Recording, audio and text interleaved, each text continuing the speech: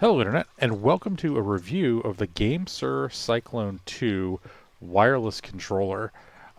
Controllers are one of the things that are the most common inputs for just about any gamer, uh, but it doesn't matter if you're on PC or console. The thing is, they can be very hard to get right, and it's very easy for just to build a bad controller. If you've got a bad controller, it can just about ruin any game that you're playing. It doesn't matter if the game's good or bad, but a bad controller can take a bad game and make it worse and can ruin a good game. Now, consoles have kind of a one up on the PC, I think, where controllers that come with most of the consoles end up being fairly good. So you've got some things like the venerable Xbox One controller. This is the newer one with the USB-C on it. This works fairly well. It's got nice joysticks. The triggers and buttons feel really nice. It's not too heavy or anything, but overall works with most things and is a pretty good controller. I think probably the best PC controller now, if you can afford it, is probably the DualSense that comes with a PS5. I've got the red one here. The problem is they've each got kind of their own little problems. The DualSense is great, but has almost no battery life. You're constantly having to charge it. The Xbox is good, but the Bluetooth connectivity is sometimes not great, even in the best of conditions. And then you have some pretty bad ones. Like you have, I know this isn't an actual Pro controller, but this is an A power one, but the Nintendo Pro controller for the Switch is better than the Joy-Cons, but that's not really saying much. The Joy-Cons kind of suck all around. Um, but yeah, so I think it's very hard to actually get a good controller that works with a PC and feels as good as some of these, which can be pricey. This I think is about $70 right now. You can get the Xbox controllers for usually on sale pretty cheap. But short of probably what was the best console controller, which was probably the Wii Pro controller, the Wii U Pro controller, it's very hard to get a console quality controller on the PC. So this is the GameSir Cyclone 2. It's not the most expensive controller, which is nice, but it does have a 1000 hertz polling rate, especially over the 2.4 gigahertz. It has TMR joysticks, which are tunnel resistance joysticks. It's kind of a trumped up Hall effect sensor. So it uses magnets and everything to figure out exactly where the position is. Because they're magnets, they don't have the same wear and tear that a traditional joystick has, like on the Xbox controller. So they have a higher resolution, less power consumption, and they can have a higher polling rate of these in and of itself, in addition to the higher polling rate of the controller. It does have Hall effect switches on the triggers for the actual analog portion when you put down on it. So these will wear out and will wear out less and keep their sensitivity longer. And then kind of one of the big things about this entire thing is that there are micro switches for just about everything. Not only do you have micro switches for the face buttons, which give a nice little click, but also these have a nice little trigger on the back that you can flip and either run them in analog mode or in a micro switch mode, which basically turns it into a hair trigger, so those are really nice. It also comes with a charging dock, which is kind of cool, which also I currently have the little wireless USB dongle in it, has a USB connector inside of it, so you can put this in the charging dock, plug the dock up to the computer, and set it into the dock, and it fits fairly nicely. Charges the controller through a set of pogo pins on the back, so you don't ever have to worry about cables. And then if this is plugged into the PC, it'll pass the 2.4 gigahertz dongle through. It does also have Bluetooth, so you can use them in D input or X input modes, which are basically two different ways that PCs can understand how to talk to a controller. PCs generally will work either way. The X input, I think, is the newer one. iOS and Android can flip between the two, and Mac OS as well. The this in and of itself does not take batteries. It does have a rechargeable battery inside of it. It's an 860 milliamp hour battery, which in my testing has had it keep a charge for quite a bit, way longer than the DualShock 4 controller. It works with the Switch, iOS, Android, and then obviously PC. I've used it both with Linux and Windows and have had really good luck with it. This is one of the few wireless ones that seem to work just kind of out of the box, and the Bluetooth stays fairly steady. There is no Xbox or PS4, PS5 compatibility, though. It is just a stock Bluetooth controller, but there is no technical compatibility with either of those. It comes in two colors. You can get a black, I think it's a black and red one, and then I've got this white one here, which, when lit up, has some, I don't know if it'll do it when I'm not connected here, will light up and has some LEDs on the inside. Looks, I think, really nice and sharp. So far has kept fairly clean. It's got little grip, little on the corners here, a nice little grip pattern, so it's not super slippery. The front is nice and slick, though. Doesn't seem to get very dirty. And then we've got two paddles on the back that can be programmed to do kind of a whole bunch of different things. I think speaking of the grip on it, the hand feel is really nice. It's just wide enough not to be discomforting. You can get some that are a little bit smaller, and the angle is really nice. Like the A power is pretty close to it, but I feel like it's just a little bit straighter on the arms. But the hand feels really nice. It's not too heavy. It's a little bit more lightweight, or at least feels more lightweight than the Xbox controller. Not that that one's a heavy one, but like the DualShock can be a bit of a beast with all of its motors and stuff inside of it. This does have rumble inside of it as well, but the motors don't seem to be that heavy and don't really contribute to a whole lot of that to the weight. I really enjoy the micro switches. I don't know that the clicking is coming through my microphone very well, but if you've ever used a micro switch controller, I really like how nice and tactile the buttons feel, and I'm a sucker for a clicky keyboard, so a clicky controller is right up my alley. The tension on the joysticks is pretty good. They snap back into place without much trouble.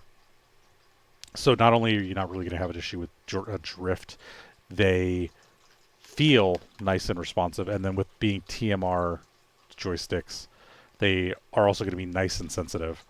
So you can, very fine movements can be picked up. There's not a whole lot of dead zone, at least in mine. The D-pad's okay. I wish it was a little bit more like the Xbox One, where it had the corner kind of sits, but it feels good. It's nice and responsive. You've got the two replacements for start and select nowadays, like the options and menu, that work natively out of the box. This is a share button, which is different than like the DualShock or the DualSense share button. And then you've got a mode button on here, which can be used to like control different things like the rumble sensitivity and things like that. So on the controller itself, you've got 9 face buttons between the A, B, X, Y buttons and all the face buttons, as well as the GameSir button, which acts as your Xbox button for all intents and purposes. The D-pad like I said, works fairly well. I don't play any fighting games with it, but it feels fairly responsive. It's got the Xbox layout, so you've got A, B, as opposed to the Nintendo style of A up here and B down here, which works, I think, really nicely. The things like Steam automatically pick it up and use it, and you don't get into a confusing situation sometimes where, like with the 8-bit Do, which I'll talk about later, which was the one I was hoping would be a great controller, where this is the Nintendo layout. It's got A and B. They do make ones with the Xbox layout, but the ones that generally work for Linux, they said get this one. I'll talk a little bit more about this one later, but this one uses the Nintendo layout. And then you've got the two regular shoulder buttons, nice and reactive. Again, micro switches under everything. And then the dual mode, analog sticks and micro switch with just a little flip on the back.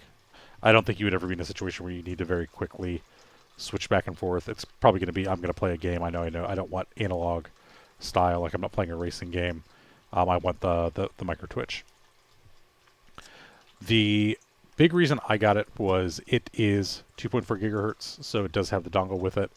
So you just plug this, just a USB-A. You just plug it in to whatever device you're using, as well as Bluetooth, so it kind of covers all the gamut. It is USB-C on the top, so you can plug it in and it will work just fine wirelessly. It seems to be auto-detected in everything I've used it in. I haven't tried it with Switch yet, but it seems like it pretends to be a Pro controller when it gets connected. Because I've noticed in the Steam Deck, if you sync the wrong way, it just shows up as a Pro controller. But that was the big thing, was I wanted something that worked well with my Steam Deck, because most of my consoles are slowly being phased out in favor of the Steam Deck plugged up to the TV. So I wanted something that worked really, really nice. But I don't want to have the hassle of constantly having to charge like I do the DualSense. And that'll be a little bit of a gripe later on with some of these, but it works just fine across all those different things. Like I said, the triggers and everything feel nice. Overall, the controller, I think, is a really, really nice, responsive controller. The paddles are okay. I've never really used paddles on anything that I have. Either my Steam Deck itself, this one, other third-party controllers that have paddles on the back. You can get the GameSir software and program these. You don't have to have the GameSir software running to actually use them. It just needs it to program it. I think technically you can also do it with the M button, but it seems to be like a slightly convoluted process. Gaming wise, it works really, really well. It connects very fast through Bluetooth or the 2.4 gigahertz and remembers what you last connected it with. So here it's pulsing, trying to find the Wi-Fi. So usually when you turn it on, and it does have, I don't think it'll do it now because I'm not plugged up in anything, but when you pick it up, it automatically turns on, searches, and connects. Both the Bluetooth the 2.4 gigahertz and the Bluetooth, the input latency seems fairly good, and I'll have a little demo here on the screen. But usually the latency is fairly low. I don't know officially what it is, but it's not enough that I've felt it to be an issue with lag playing some very fast-paced games. So I'm overall very, very impressed with this. Probably the biggest thing I bought this for was to replace my 8BitDo Ultimate. This is the 8BitDo Ultimate Bluetooth controller. This is not the newest one that came out, because I know they just released a brand new version of this, but it is the one with the dock, kind of similar to how this works, with 3 pogo pins instead, with a 2.4 gigahertz wireless dongle. Same idea, it runs as pass-through if you've got it plugged up. But I bought this one because it was supposed to have fairly excellent Linux compatibility compared to some of the other Ultimate controllers. This is a nice feeling controller. It's got the paddles on the back. It's got regular switches, like there's no micro switches in this. The sticks, I think, are much better than other ones. I've also got I have a couple variations of the SN30 or the SM Pros, where I always feel like the buttons are slightly sluggish. Like they feel okay, but they don't seem to respond in game as well. They feel heavier in game than the actual usages. This is a really well-built controller, and I think honestly works much better than this thing. The 8BitDo controller, the Ultimate, constantly disconnects. Supposedly, people think it's a voltage issue, where if this is not charged properly, or it's not at a full charge, the Hall effect sticks that this uses drain too much power and causes it to dip. I don't know if that's the issue, because I can have this fully charged and it craps out. Doesn't matter if it's 2.4 gigahertz or Bluetooth. I've had issues with the 2.4 gigahertz dongle connecting properly in Linux, And since that's a big part of what I need for the Steam Deck, and it doesn't work, it kind of sucks. So I was really disappointed with that one. This works well, but like I said, like I feel like the sticks, while they feel nice in gameplay, feel very heavy. So I kind of don't like it. But this is a good grip one. I think this is going to be my backup controller for all intents and purposes. And like I said, realistically, if I could have my dream controller, it would be the PS5 DualSense, but this needs better battery. I don't think there's any mods that really add any batteries to it. Not that I kind of want to bust open a nearly $100 controller just to fix the battery problem with it. But this is an excellent controller. I like the touchpad on it when you can get games that use it. But the battery life is just so bad, and I don't want to have to constantly worry about charging these things. I don't want to have to buy a third-party dock to charge these. The GameSir comes with a dock, charges really quick, and I think it, like I said, is actually a little bit lighter, it feels like, than the DualSense. So overall, I think this is a much better controller. This clocks in at about $50. I think I bought it for about $55 on Amazon. And full disclosure, I bought this myself. GameSir doesn't even know who I am, so this is by far and away not a sponsored video. But this is basically what I'm using right now. The TMR sticks give me confidence that this is going to last and be accurate for a very long time. The micro switches are rated for a huge number of clicks and should last much longer than the traditional like dome style clicks that are in there. But especially the pairing issues with the 8-bit Do Ultimate have made me move on from this. The GameSir just by far and away seems to just sync better, stay connected better, and just play overall better. If you have a Steam Deck, I would also highly recommend it. Again, just because it works out of the box with the dongles. And yeah, overall, if you're looking for a new controller, you don't have to break the bank on getting one. This is about $55 as regular price. I haven't seen it really go on sale yet. It's not brand new, but it is fairly new compared to a lot of things. I think they also just came out with another controller. GameSir has been pumping out various controllers. I've got a mobile. I've had mobile ones of them before, that slide around a phone and connect to like USB-C, and I've got one that also connects just through Bluetooth. Those work really, really well. This is probably the best one that I've had in a long time. So yeah, if you're looking for a new controller, definitely check out the Cyclone 2. You can pick it up on Amazon or various other places for pretty inexpensive. But yeah, so hope you enjoyed this review, and I'll talk to you later. Goodbye, Internet. Hello again, Internet. Thanks for watching this video. If you enjoyed it, please give it a like. And if you have not already, why don't you go ahead and subscribe? The button's right there below the video. It greatly helps the channel, and it lets you know when new videos are posted. Since you're here, why don't you check out another video? One is suggested here for you, so go ahead and click on it. If you want to watch me record these videos, you can find me over at Twitch at twitch.tv/DragonmanTank. But no matter what you do, thanks for watching. Goodbye, Internet!